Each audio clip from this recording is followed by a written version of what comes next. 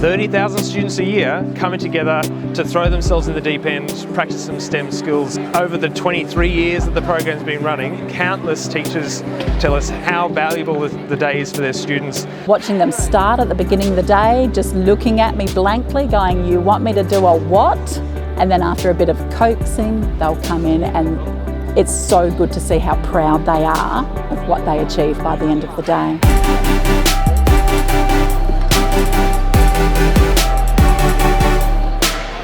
It is a lot different to being in the classroom. It's a lot more hands-on. You do a lot more building than writing, instead of getting the teachers to explain it, which is more fun for most people, I would say. I find it really fun. I'm enjoying it so far. Yeah, and also with no teachers, like it's fun just us leading it ourselves, and with like people from other schools, it's really entertaining with them. Yeah.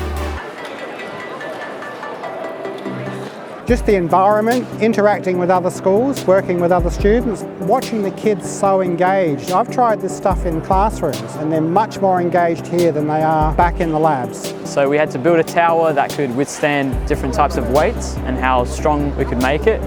It's really hard to build out of paper straws, so building a whole tower and making it to a certain height is quite difficult.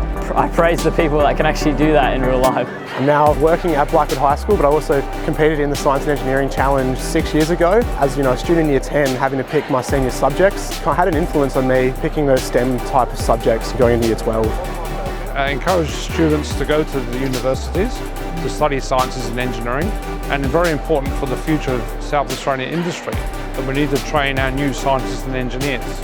I think engineering is also an interesting career, and I thought about it more today, which is really cool because I see the more fun side of engineering compared to like the maths side and science side. Yeah. Just a wonderful array of different members of the community coming together to support these days. We work with resource companies, we work with many universities, and of course Rotary clubs across Australia have been a fantastic supporter of the program for many years. What we are finding, of course, at the moment is that we need to, of course, raise enough money to run this every year. What we need is interested companies that are looking for the long term, so that they've got really good employees to come and work for them in the future. We're really encouraging companies to come and sponsor the Science and Engineering Challenge. People should definitely sponsor the Science and Engineering Challenge. We need to encourage children while they're young to consider STEM as a future path. It's definitely some exciting stuff happening in Adelaide, and we need to make sure we have the engineers for the future. We just start a spark.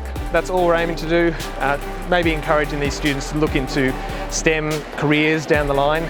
But ultimately we're here to give them a good time, and yeah, we can't do it without some fantastic support.